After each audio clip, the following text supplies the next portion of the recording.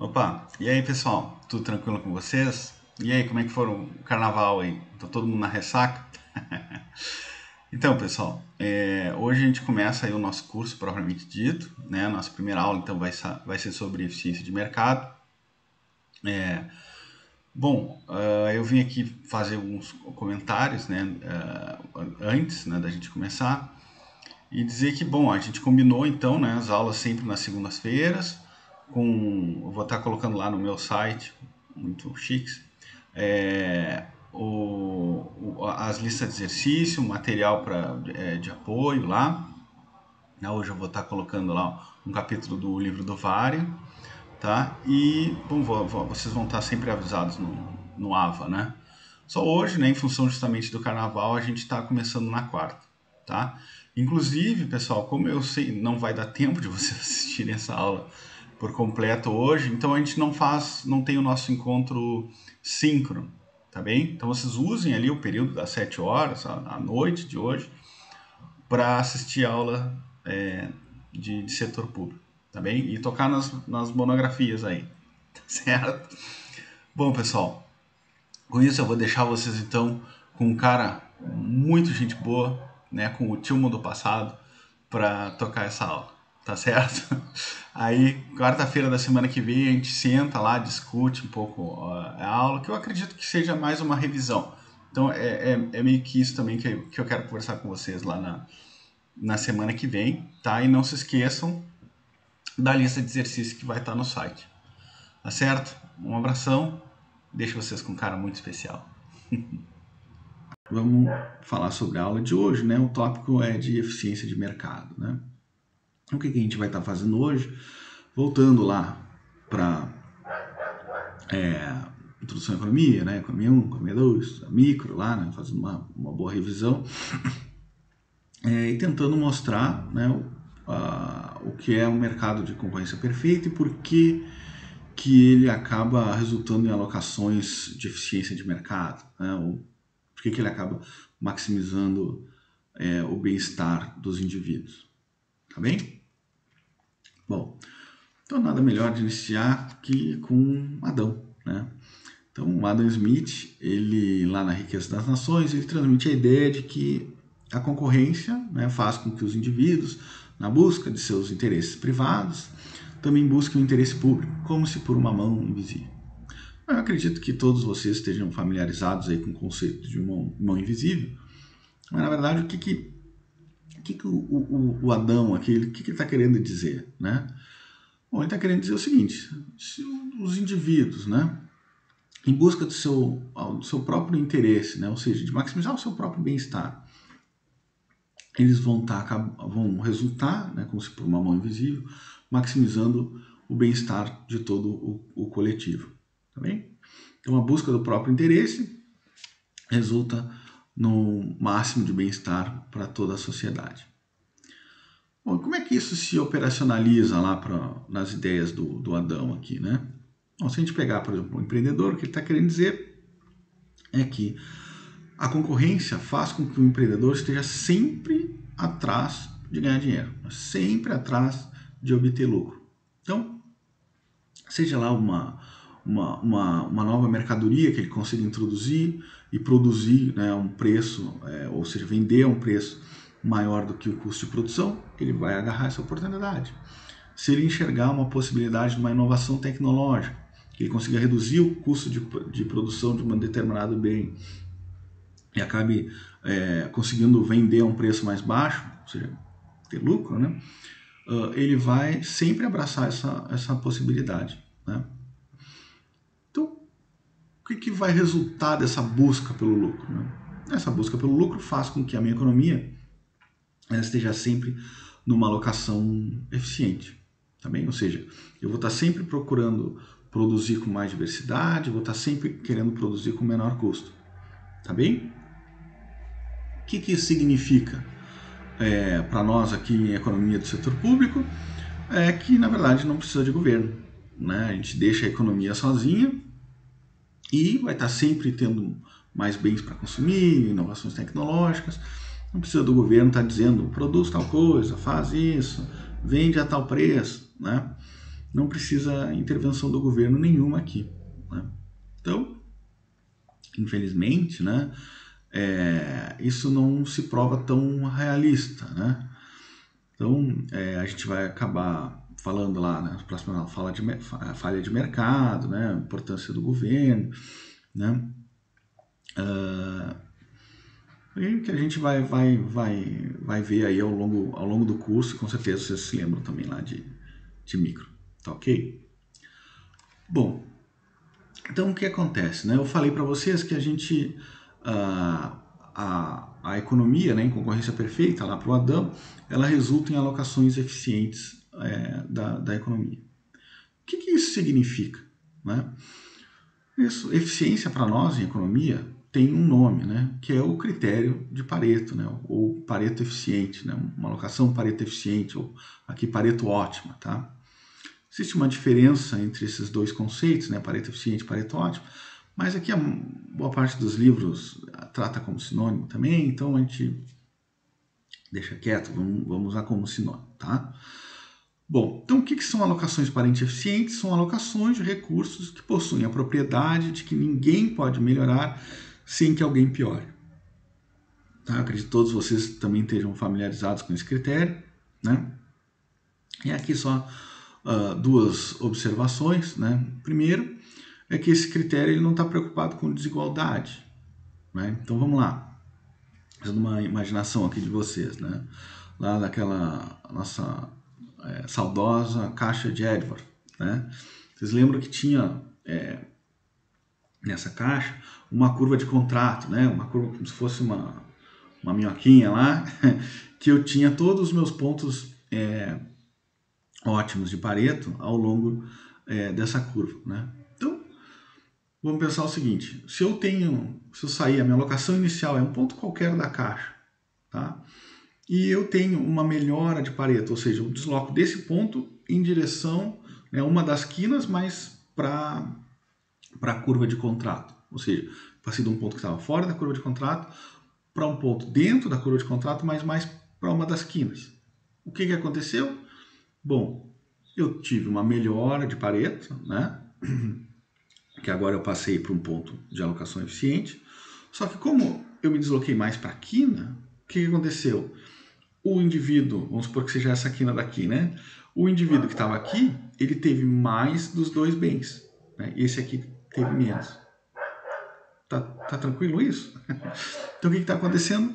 Eu tive uma melhora de Pareto, só que eu tive um aumento da desigualdade. Tá? Então esse critério, na verdade, ele não se importa com desigualdade. Ele está preocupado com eficiência mesmo.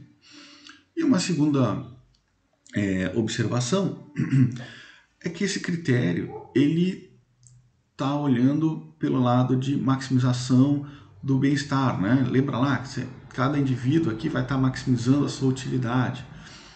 Bom, o que tiver dentro dessa utilidade do cara, esse critério não vai ter nenhum juízo de valor. Tá? O que significa? Se eu aumentar minha utilidade, significa fumar mais, usar drogas, né? Ou aqui eu botei até brincando, né? Ter mais de 60 anos e sair na rua na época do Covid-19, tá? Se eu estiver aumentando o meu bem-estar, ou seja, se eu estiver consumindo mais dessas coisas e estiver tendo uma melhora de Pareto, aliás, é possível que eu tenha uma melhora de Pareto ao consumir mais dessas coisas, tá bem? O critério não faz juízo de valor, tá bem, pessoal? Bom, esse critério, né, de eficiência de Pareto, ele vai nos levar aos dois teoremas do bem-estar, né? Então vamos lá. O primeiro, uma mosquinha aqui. O que nos diz o primeiro teorema do bem-estar, né? Se a economia é competitiva, ela é Pareto eficiente. Tá? O que isso quer dizer? Bom, de novo, na caixa de Edford lá, eu tenho uma alocação inicial qualquer, tá, ao longo da caixa. A economia de mercado vai fazer com que esses indivíduos acabem tendo trocas, né, transacionando lá, até chegar num ponto ao longo da curva de contrato. Tá bem? Ou aqui com mais rigor, né, toda alocação de equilíbrio valrasiano ela é Pareto ótima, aqui em homenagem aos saudosistas do Vale. Tá bem? Bom, e o que me diz então o meu segundo teorema do bem-estar? Sob certas condições, toda alocação de Pareto eficiente pode ser obtida pela economia de mercado, por meio de uma redistribuição das riquezas iniciais dos agentes. Então, o que acontece? Vamos lá, vamos por partes. O primeiro teorema do bem-estar diz o seguinte: eu tenho uma alocação inicial qualquer, vai haver trocas, né, na minha economia de mercado, e eu vou atingir algum ponto ao longo da curva de contrato. Tá bem? Agora, o que diz o segundo, o teorema do bem-estar? Olha, o governo redistribuindo as riquezas, ou seja, mexendo nessa alocação inicial, é possível que, através das livres transações dos indivíduos, que eu atinja qualquer ponto ao longo dessa curva de contrato. Tá bem isso? Então vamos exemplificar um pouco mais. Vamos dizer que lá, respeitando lá o meu primeiro teorema do bem-estar, eu saí de uma determinada alocação e isso me gerou uma alocação final, né, bem na quina lá da caixa. Né? Então vamos dizer que todo esse indivíduo aqui, ele possui tudo dos dois bens, tá bem? E esse outro indivíduo, ele não tem nada. Tá? É uma alocação eficiente de Pareto, mas, se vocês lembram lá da parte de micro, eu, o governo, posso julgar essa alocação como uma alocação que não é justa. Tá? Então, o que o governo pode fazer? Eu, o governo, posso pegar, mexer na alocação inicial, tá? Redistribuir ela para qualquer outro ponto da caixa, de modo com que o livre mercado acaba atingindo um ponto mais ao meio da curva. Tá? Pegaram essa ideia? Aí o que acontece? O que é um ponto bem no meio? Vamos supor que termine num ponto bem no meio da caixa de Édipo. Esse ponto, eu vou ter os dois indivíduos consumindo exatamente a mesma quantidade dos dois bens. Tá bem? E aí seria, então, para mim, governo, vamos dizer, uma alocação justa. Tá? Tá entendido isso aí, pessoal? Eu vou colocar lá o capítulo do Varian para vocês relembrarem, mas é só para ter essa noção, ok? Bom, então, como eu já adiantei lá no início, né, o objetivo da aula de hoje é mostrar que mercados competitivos geram alocações eficientes de Pareto, né? E essas alocações, portanto, são as que vão maximizar lá bem-estar. Tá? Vamos por parte. Vamos começar então definindo que diabos é o mercado competitivo, tá? Então, mercado competitivo é uma estrutura de mercado em que ela possui algumas características. Então, existem infinitos compradores e vendedores. Esses compradores e vendedores, eles são tomadores de preço, né? Então, o que acontece? Pensar no caso dos vendedores, né?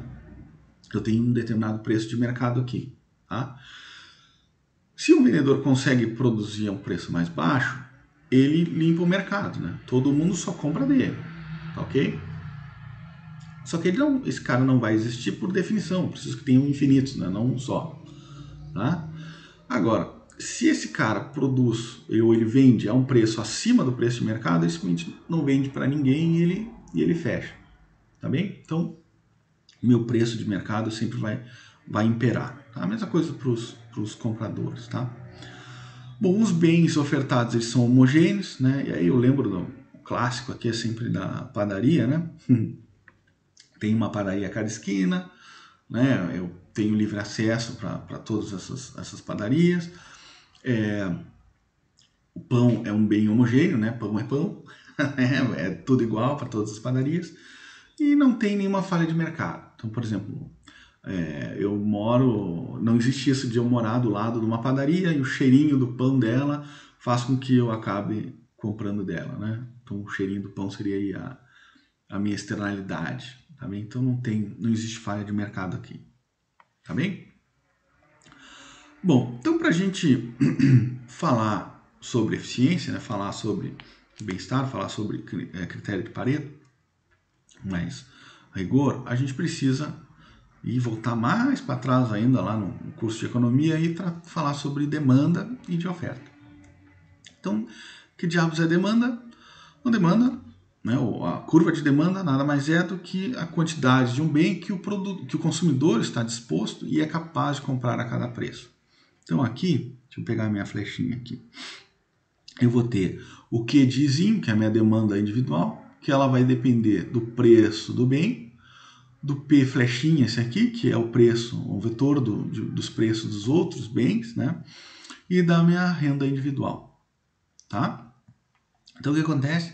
O somatório dessas demandas individuais vai dar a minha demanda de mercado, tá? Que é esse QD, que é a função do preço, tá bem? Então o que vai ter na minha função de demanda? Ela vai respeitar o que a gente chama de lei da demanda, né? Ou seja, a função de demanda individual é negativamente inclinada com relação ao preço do bem. Ora, pois, quanto mais caro o bem, menos eu consumo. Quanto mais barato o bem, mais eu vou consumir. Tá ok?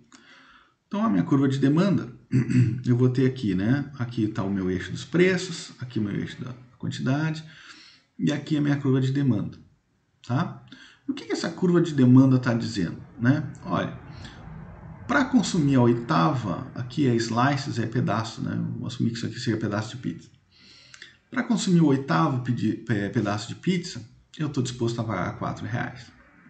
Para consumir o 12º pedaço de pizza, eu estou disposto a pagar R$3. Para consumir o 16º, eu estou disposto a pagar R$2. Tá bem? Ou seja, ela mostra o quanto que os consumidores estão dispostos a pagar por essa unidade. Tá? E essa disposição a pagar, ela vai refletir, né, ou vai ser a mesma coisa do que o benefício de consumir cada unidade. Ou seja, o benefício de consumir a oitava pedaço de pizza é equivalente a R$4. Tá bem? E aí, como eu estou vendo aqui de 1 para 1, o que eu estou falando é o do meu benefício marginal. Tá? Então, a demanda ela vai medir o benefício marginal de eu estar consumindo cada vez mais pizza. Tá ok, pessoal?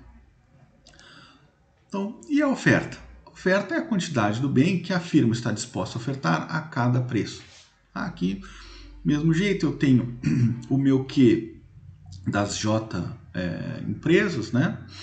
Que vai depender, essa oferta individual aqui vai depender do preço do bem e do preço do vetor de insumos aqui, tá ok? A soma dessas ofertas individuais vai dar a minha oferta de mercado, que é esse QSP, né? Eu uso S porque eu sempre acho que o O de oferta é muito parecido com D, então para não confundir eu uso S para dar uma balaca aqui de oferta em inglês, tá? Supply. Bom, só que aí o que acontece com relação à oferta? No curto prazo os insumos são fixos, no longo eles são variáveis. Então o que acontece? A gente normalmente usa o capital como fixo, né? O insumo capital como fixo, no curto prazo. Então o que acontece é que no longo prazo a empresa pode acabar saindo do mercado. Tá? Então aqui a gente tem a nossa curva de oferta, tá bem? Aí eu pergunto para vocês, essa curva de oferta aqui, ela é de curto ou ela é de longo prazo? Né? Andrew, é curto ou é longo prazo? Bom, pessoal, o que acontece? A curva de oferta, né, ela vai ser, primeiro, né, ela vai ser igual à minha curva de custo marginal. Por quê? Porque a firma competitiva maximiza lucro. Tá? E lucro é receita menos custo. A derivada da função de receita, que é preço vezes a quantidade, né, vai dar só o preço. Né? Aqui só um parênteses, né? Lembra lá que no monopólio ela tem poder de mercado, então esse preço vai ser função da quantidade também. Mas aqui não, aqui é a empresa tomadora de preço, então o preço é exógeno. Tá? Então, P vezes Q é derivada em relação a... Aqui é Y em vez de Q, né? Mas é P vezes Y, derivada em relação a Y é o próprio P. Que vai ser igual, então, à derivada da minha função de custo, que é o meu custo marginal. Então, a empresa vai sempre estar produzindo quando o preço é igual a custo marginal. Tá ok? Por isso que a sua função de custo marginal aqui vai ser exatamente a minha curva de oferta. Tá? Só que aqui, presta atenção num detalhe. Essa curva de custo marginal aqui, ela é de curto prazo. Por quê? Vamos olhar para cá. Aqui eu tenho a minha curva de custo médio e aqui eu tenho a minha curva de custo variável médio. E aí eu tenho que lembrar lá da definição de custo, onde custo, aliás, custo total é custo fixo mais custo variável. Tá bem? Aqui eu só tenho médio porque eu dividi por quê, mas isso aí não vem muito não interessa muito. Então o que acontece? Como aqui eu tenho a minha curva de custo variável médio, essa distância aqui entre as curvas é exatamente o meu custo fixo, tá? Então, olha só, no curto prazo, a firma ela vai produzir ao longo dessa parte aqui abaixo do custo médio, né? Por quê? Porque ela pode produzir com prejuízo por não estar cobrindo o total dos custos fixos dela. Tá ok? Claro que no longo prazo, esse pedaço aqui abaixo da curva de custo médio ele vai desaparecer. E a curva de oferta de longo prazo vai ser igual ao custo médio ou essa parte acima. Tá bem? Bom, então, mostrada a minha curva de demanda, mostrada a curva de oferta, eu posso agora falar sobre o equilíbrio de mercado. E para falar de equilíbrio de mercado, eu tenho que me lembrar o seguinte: a curva de oferta, ela representa o meu custo marginal de produção. E a curva de demanda, como eu já falei, o meu benefício marginal de estar consumindo. Tá? Então, o meu equilíbrio nada mais é quando o benefício do consumo vai ser igual ao custo marginal de produção. Daqui eu vou ter o preço de equilíbrio, a quantidade de equilíbrio. E aqui no longo prazo, inclusive, eu posso extrair também a quantidade ótima de firmas no mercado. Tá ok? Aí isso aqui é economia 1, né? Bom, agora então, explicado o que é uma curva de oferta, o que é uma curva de demanda, eu posso analisar bem-estar. Então, bem-estar, no sentido do consumidor, ele vai receber esse nomezinho aqui de excedente do consumidor. O que é isso? É o benefício líquido dos compradores de participarem no mercado. Então, aqui eu me lembro, quando eu era aluno, quando me perguntavam o que é excedente do consumidor, eu sempre respondia: é a área abaixo da curva de demanda, acima do nível de preço. Bem decorado mesmo. Tá? Só que o que na verdade está medindo o excedente do consumidor? É a diferença entre o benefício, aqui no caso é da Alicia, de estar consumindo, aqui é livro, né, mercado de livro. Então, da Alicia de consumir o livro, o benefício que ela tem, ou melhor, a disposição a pagar, é menos o preço que ela efetivamente paga. Também, então, é o quanto ela poderia pagar, né, o quanto ela está disposta a pagar pelo livro e o quanto, a diferença, né, do quanto ela efetivamente paga.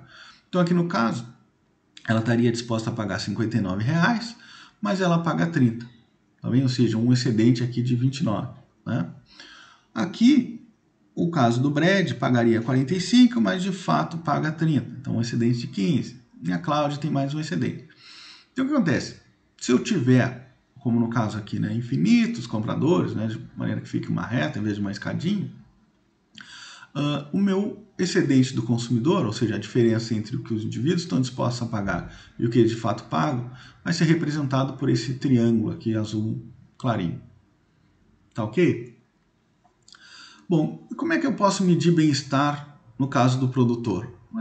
É um análogo, né? É a diferença do preço que eles estão dispostos a ofertar, né, e o preço que eles de fato recebem pela mercadoria. Então, aqui no caso do livro, o Andrew aqui abriu uma livraria.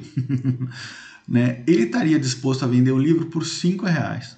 Só que o preço de equilíbrio desse mercado é 30. Ou seja, ele obtém aqui um excedente do produtor de 25. Tá ok? Aí a mesma coisa para a Beth, a mesma coisa para o Carlos. Tá? Com infinitos produtores, o que eu tenho? A medida de bem-estar, aqui meu excedente do produtor vai ser dado pela área, que é abaixo do nível de preço e acima da curva de oferta. Tá bem? É o benefício líquido dos produtores de estarem no mercado. Bom, se eu juntar o excedente do consumidor com o excedente do produtor, eu tenho o que a gente chama de excedente total. né? Que é o ganho líquido de produtores e consumidores está participando no mercado. Tá?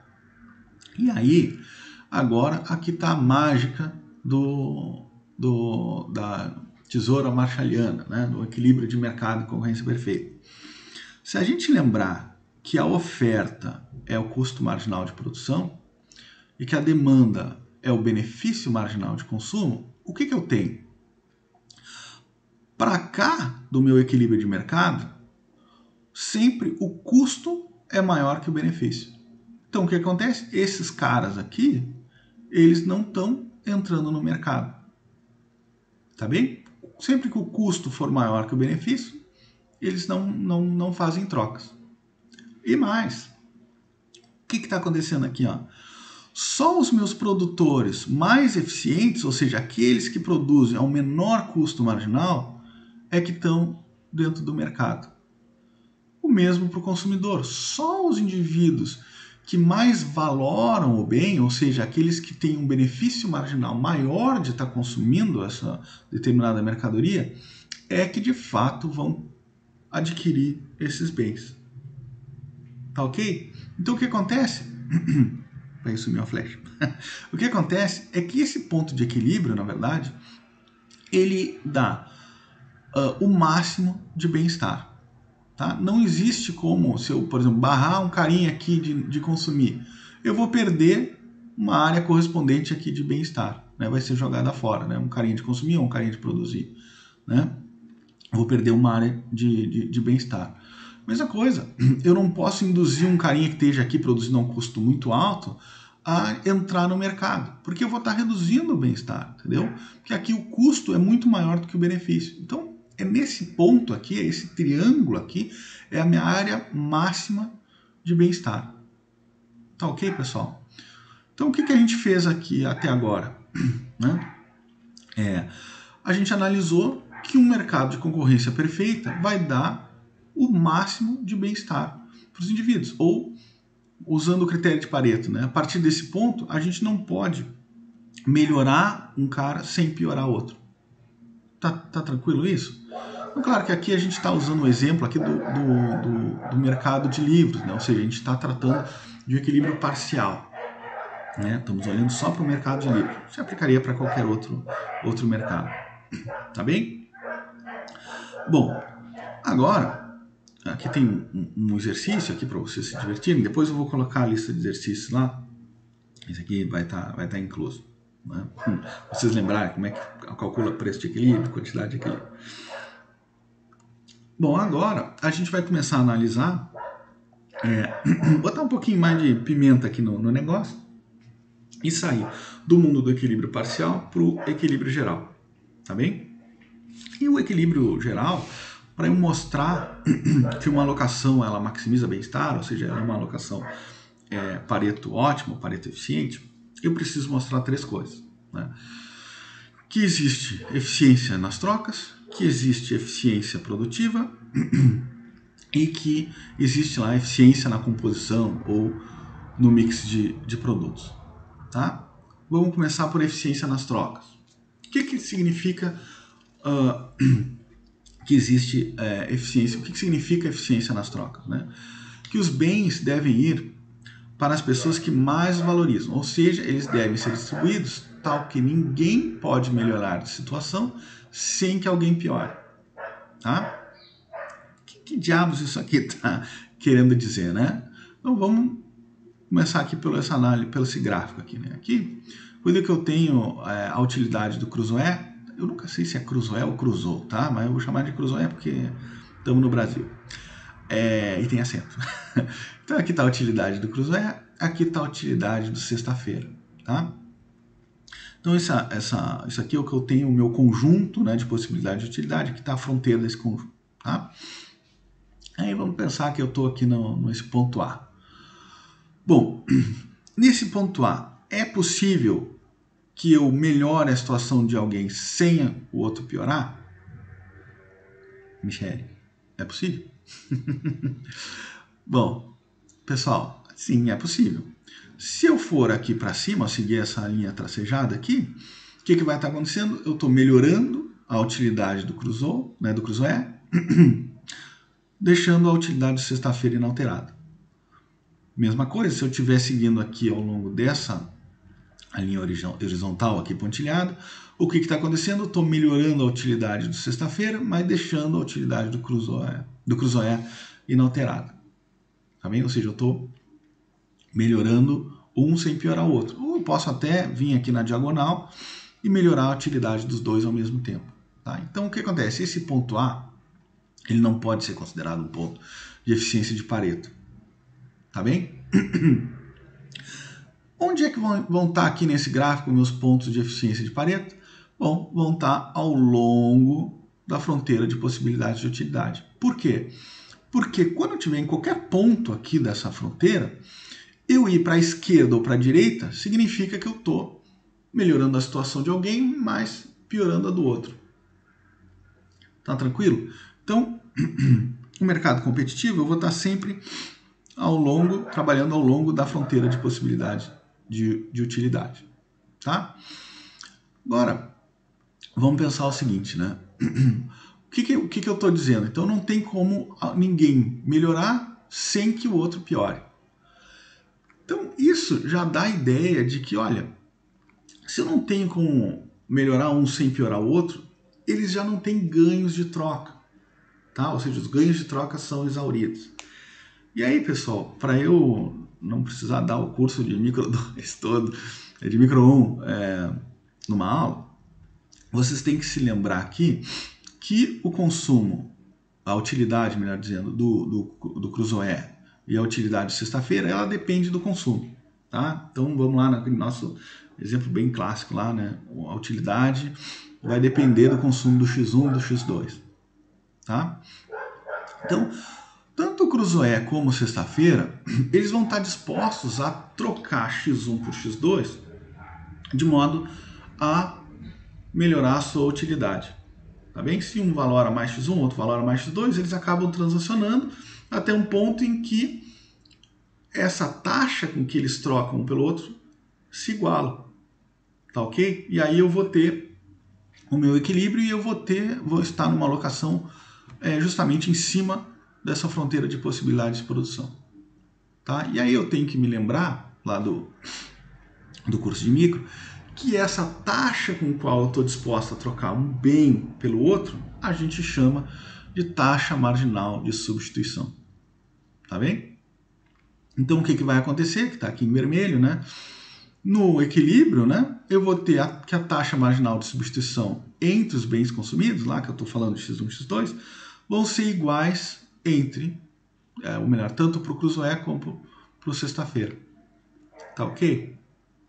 Vamos falar disso um pouco mais em profundidade. Então aqui o que eu tenho que me lembrar, né? Bom, o que é uma curva de diferença, né? Vamos tratar disso. Então, o que é uma curva de diferença? Né? Ela descreve as combinações dos bens que deixam o indivíduo indiferente. Né? Muito criativo o nome. Mas, na verdade, são combinações de X1 e X2 aqui, né? Que vão deixar o indivíduo na mesma utilidade. Tá? E o que é a taxa marginal de substituição? É, na verdade, a inclinação da curva de indiferença. Ou seja, é a quantidade, né, que o indivíduo substitui lá X1 por X2, que mantém a utilidade constante. Tá bem? Aqui um pouco de matematiquez para essa definição. Eu tenho aqui a minha função de utilidade, que vai depender do consumo de X1 e de X2. Se eu tomar a derivada total, né, igual a zero, eu vou ter que a quantidade de X2 que eu estou disposto a abrir mão para obter mais de X1 vai ser igual à razão das utilidades marginais. Tá? Como isso aqui é negativo, a gente fala sempre em módulo. Tá? Então, o módulo da taxa marginal de substituição vai ser igual ao módulo da razão das utilidades marginais. Também a definição de taxa marginal de substituição. Tá ok isso, pessoal? Estão se lembrando? Bom, só que é o seguinte, até agora eu falei que os bens, né, o cruzoé e o sexta-feira, eles podem transacionar bens livremente, né? Só que a vida não é assim, né, gente? A vida tem restrições, né? Então o que acontece é que tanto lá o cruzoé como sexta-feira, todos nós, né, nós estamos sujeitos nós consumimos, né, sujeitos a uma restrição orçamentária, né, que vai ser dada aqui pelo preço dos bens, né, multiplicado pela quantidade, que vai ter que dar a minha renda. Ok? Então, o que é que acontece? Né? Aqui, eu tenho, então, as minhas curvas de diferença, tá? E eu tenho, no gráfico, a minha restrição orçamentária. Aqui, então, eu peguei essa equação, só isolei x2, tá? Aqui é x2 e aqui é x1. Então, isolei x2 e eu tenho a minha inclinação da restrição orçamentária aqui, que é exatamente a razão de preço. Tá? Bom, os cachorros estão latindo, eu sei. Tá? Exatamente a minha razão de preço. Da matemática, tá? Para eu ter uma condição de ótimo, eu tenho que essas curvas, né, as curvas se tangenciam. Tá? O que significa isso? Que elas têm a mesma inclinação. Tá? Então, vamos lá. Qual é a diferença aqui do meu ponto C para o meu ponto B? No ponto B, eu também estou gastando toda a minha renda. Eu estou ao longo da curva de restrição orçamentária aqui. Tá? Só que o que está acontecendo? A inclinação da restrição orçamentária não é igual à inclinação da curva de indiferença. Tá? Ou seja, eu não posso estar no ponto de ótimo.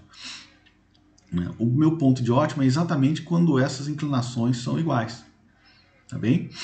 Isso vai acontecer só lá no meu ponto C. Então, o que acontece? Como eu tenho que a taxa marginal de substituição, que é a inclinação da curva de diferença, vai ser igual à inclinação da curva de restrição orçamentária, que é a razão de preço, eu vou chegar nessa identidade aqui. A razão de preço é igual à taxa marginal de substituição, que lá no slide anterior a gente definiu como a razão das utilidades marginais. Tá ok, pessoal? Estão lembrando disso aí?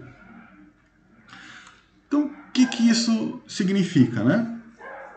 Bom, no mercado competitivo, como a gente já viu, os indivíduos são tomadores de preço, né? Ou seja, os preços são iguais para todo mundo. Então, dado que os preços são iguais, né, tanto aqui para o Cruzoé como para o Sexta-feira, os preços são iguais, então a taxa marginal de substituição vai ser igual no equilíbrio. E a utilidade marginal, a razão das utilidades marginais vai ser iguais para os dois indivíduos. O que isso se traduz dentro da caixa de Edwards? Bom, as curvas de indiferença em equilíbrio, elas se tangenciam. Também a taxa marginal de substituição aqui, ó, são iguais no equilíbrio. Tá bem? E aí, então, a gente atendeu a nosso primeiro critério para eficiência. Tá?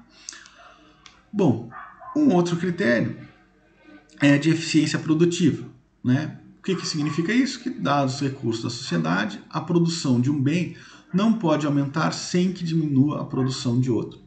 Então é a mesma coisa do que para o consumidor, só que agora a gente olha para a firma. Tá bem? Então o que está acontecendo aqui? Eu tenho a produção, a flechinha sempre some. Eu tenho a produção do bem maçã e a produção do bem laranja. Tá? Então o que eu estou querendo dizer é que para para minha economia, né, ter a eficiência produtiva, eu preciso estar produzindo ao longo da curva de possibilidade de produção. Tá bem? Caso eu esteja aqui dentro, eu posso aumentar a produção de um sem reduzir a do outro, aumentar dos dois. Tá ok? Então, pontos de eficiência, eles estão ao longo da fronteira de possibilidade de produção. Tá? E aí, de novo, eu tenho que me lembrar, assim como igualzinho do consumidor, tá? Eu tenho que me lembrar que para eu produzir qualquer um dos bens, eu preciso lá de insumos, né? Que vamos falar de capital e trabalho. Tá?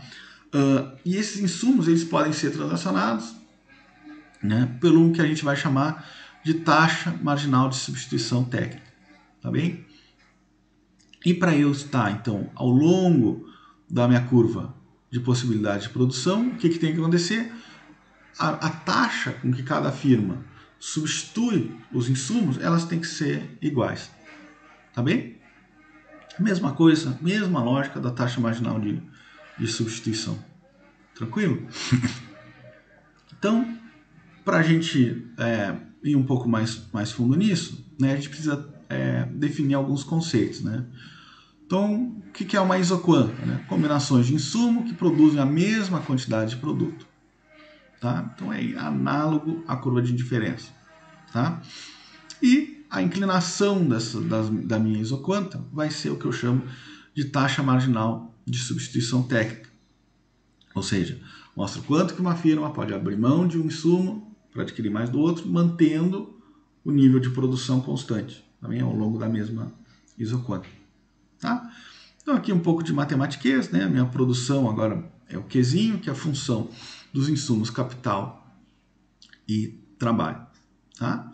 A derivada total, bababá, a quantidade que eu estou disposto de abrir mão aqui de capital para adicionar um pouquinho de mão de obra vai ser igual à razão das produtividades marginais. Tá? A derivada da função em relação a L, a derivada da função em relação a K, que são as produtividade marginal do trabalho e a produtividade marginal do capital. Tá? Ou, em outras palavras, né, botando em modo, a taxa marginal de substituição técnica ela tem que ser igual à razão das produtividades marginais. Tá ok? Então, o que acontece aqui, né? A firma, né, se vocês lembrarem, ela vai sempre buscar minimizar custo, né, a um dado nível de produção ou maximizar lucros. Tá bem? Bom, para isso, para colocar essa minimização de custos aqui em termos gráficos, eu preciso, né, toda a firma vai ter a sua restrição, que vai ser dada pela funçãozinha aqui de isocusto, né, onde eu tenho o preço do capital, né, que é dado pela taxa de juros, multiplicado pela quantidade de insumo capital que eu uso, mais os salários que eu pago pela minha mão de obra vão ter que ser igual ao valor da minha produção total. Tá? Então aqui só transformando a isocusto em termos gráficos, aqui, né, aqui seria o meu capital e aqui a minha mão de obra, eu vou ter a seguinte equação, onde a minha inclinação da isocusto vai ser dada pela razão dos preços dos insumos. Também aqui eu tenho salário e aqui eu tenho a taxa de juros. Tá bem? Então o que vai acontecer? Assim como lá no caso do problema do consumidor, eu vou ter que no ponto de ótimo, né, a minha isocusto ela vai tangenciar a minha isoquanta. Tá bem? Ou seja, a inclinação da isocusto vai ser igual à inclinação da minha isoquanta. A inclinação da isoquanta, a gente já chamou, tem um nome, né? A taxa marginal de substituição técnica. Tá bem? Então, em equilíbrio, isso aqui vai valer. Né? A razão do preço dos insumos vai ser igual à taxa marginal de substituição técnica, que vai ser igual à produtividade marginal, a razão da produtividade marginal, né? Do trabalho pelo capital. Tá? Isso aqui vai valer para todas as firmas. Né? Como a gente pode observar, né? No mercado competitivo, firmas são tomadoras de preço, então tanto W quanto R são iguais para todo mundo. Logo, como isso aqui é igual para todo mundo, essa identidade vai valer para todos. Tá ok?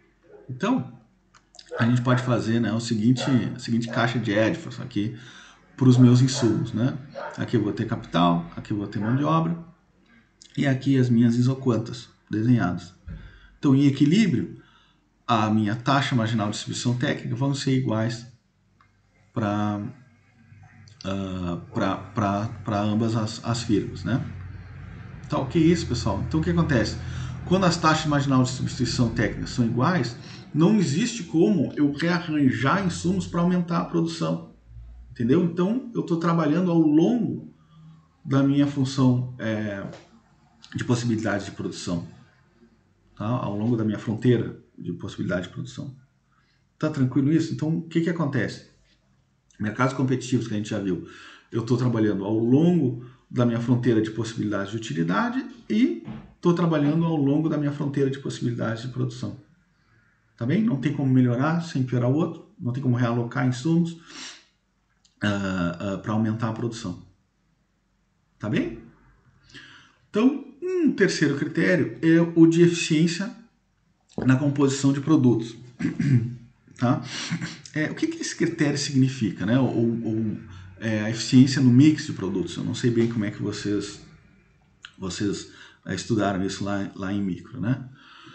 O que esse critério significa? É que a gente precisa verificar que a minha curva de indiferença, né, ela está tangenciando a minha fronteira de possibilidade de produção. Ou seja, eu estou aqui no máximo, né, da minha possibilidade de produção, eu preciso então que o meu consumo esteja também tangenciando esse máximo da produção. Tá tranquilo isso? Então o que acontece? A inclinação, some essa flash, a inclinação da curva de diferença a gente já deu um nome, né? A taxa marginal de substituição. Tá ok? Agora, para a inclinação dessa fronteira de possibilidade de produção aqui, a gente vai chamar por esse nomezinho aqui, ó, é a TMT, ou taxa marginal de transformação. Tá bem? Então, para eu estar no ponto de máximo, o que eu preciso? Que a inclinação da minha fronteira de possibilidade de produção seja igual à inclinação da minha curva de diferença. Tá tranquilo isso? Né? Se não tiver nesse ponto aqui, que a gente vai ver um pouco mais adiante, eu vou conseguir substituir um bem pelo outro, produzir mais de um bem, de maneira com que o consumidor, que meus consumidores estejam em melhor solução, né? Mais utilidade. Tá? Nós vamos por parte. Então aqui, que diabos é a minha taxa marginal de transformação? Ela é aqui, ó. Ela vai medir, né, a inclinação da função de possibilidade de produção e ela vai medir o custo marginal de produzir um bem relativo ao custo marginal de produzir outro. Ou, em outras palavras, a inclinação da função de possibilidade, da fronteira de possibilidade de produção, ela vai medir quanto para eu abrir mão aqui do bem Y, vamos dizer, eu tenho que adicionar do bem X para me manter ao longo da fronteira. Tá bem? Isso vai ser dado, então, pela razão dos custos marginais de produção. Tá entendido? Aqui ó, tem até uma pequena demonstração aqui, né? Eu tenho aqui um determinado custo para produzir os bens X e Y, né? E como a fronteira aqui, a produção ela é constante, né? O que acontece? Eu posso tomar derivado total, mesma coisa sempre, né? Derivado total igual a zero, e eu vou ter então a expressão para a taxa marginal de transformação. Tá ok? Mas não precisa se preocupar muito com isso. Tá? Então aqui, ó, por que elas têm que serem iguais em equilíbrio, né? Para eu ter a eficiência do mix de produtos. Por que elas têm que ser iguais em equilíbrio? Bom, vamos supor que meus indivíduos eles estão dispostos a trocar, supor que seja hambúrguer e pizza, né? Os consumidores trocam uma pizza por um hambúrguer, tá ok? Só que agora, a minha produção, ela é com a taxa marginal de transformação igual a 2, ou seja, eu consigo trocar uma pizza por 2 hambúrgueres. Né? O que está acontecendo aqui? Eu sou muito mais eficiente na produção de hambúrguer. Tá?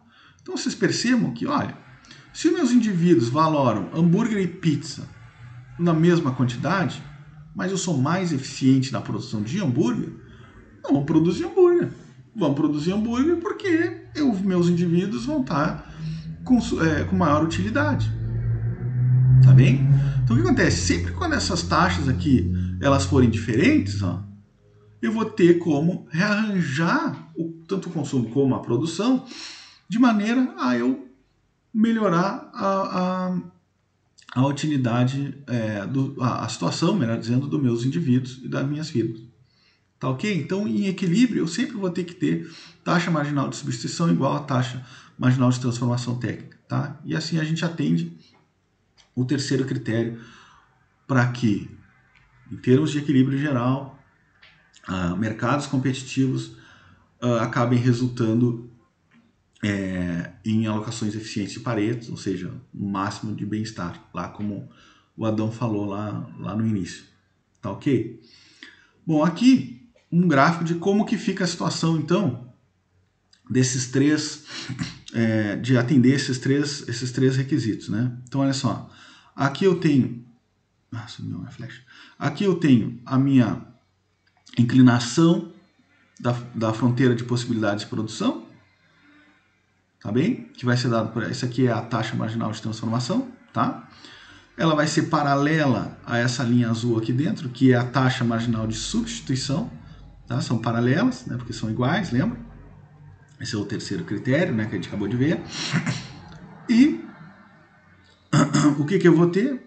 Opa, faltou voz. O que eu vou ter, então? No equilíbrio, as minhas curvas de diferença, né, cuja inclinação é a taxa marginal de substituição, elas vão ser iguais. Tá bem, pessoal? Então, olha só. Aqui eu tenho a minha caixa de Edvards, né, aqui o conjunto de Pareto, ou a minha curva de contrato, né, essa curva aqui. Aqui eu vou ter a quantidade de bens aqui que o indivíduo 1 aqui vai consumir, e aqui eu tenho a quantidade que o indivíduo 2, né, essa quantidade toda aqui, que o indivíduo 2 vai consumir. Tá tranquilo isso, pessoal? Vocês entenderam? Estão lembrando? Igual eu vou colocar o capítulo do Varian lá para vocês se lembrarem disso aqui direitinho, tá? Aqui, pessoal, eu tenho um pouco da prova, né, do porquê que a taxa marginal de transformação vai ser igual à taxa marginal de substituição e equilíbrio, tá? Isso aqui está no apêndice do Varian, tá? Mas eu não vou incomodar vocês com isso, tá? Aqui vocês podem ver que vai dar num lagrangiano aqui, tá? Eu consigo provar, ó, a taxa marginal de substituição é igual à taxa marginal de transformação em equilíbrio, tá? Isso aqui vocês não se preocupem, tá? Assim, até eu me comprometo com vocês, caso vocês queiram fazer mestrado, vocês sejam meus alunos, eu prometo que eu dou uma prova bem melhor que essa aqui, tá? Porque você pode ver que teve que definir uma função de transformação aqui, mas enfim. Isso aqui fica para o pessoal que tem mais interesse nisso, que vai fazer Ampec e tudo mais. Achei interessante, só como lembrança aqui para vocês. Tá ok, pessoal? Bom, aqui eu tenho então as minhas referências, tá? O pessoal que gosta desse assunto, que está procurando estudar mais, tá pensando numa prova de Ampec aqui. Cara, esse livro, Nicholson Snyder aqui, é a Bíblia, tá? Esse aqui vocês têm que estudar por ele, tá ok? Mas aqui para nós, para nossa disciplina, né? Tá muita calma nessa hora, tá, pessoal? Não pensa que o tio Mão enlouqueceu, tá? Vamos por partes. Eu vou estar colocando aqui os capítulos do Varian referente a essa aula. Tá bem, pessoal? Então, acho que por hoje é só, né? Nos vemos, então, na quarta-feira, tá? Eu acho que eu já coloquei lá no site o nosso link para a webconferência, tá?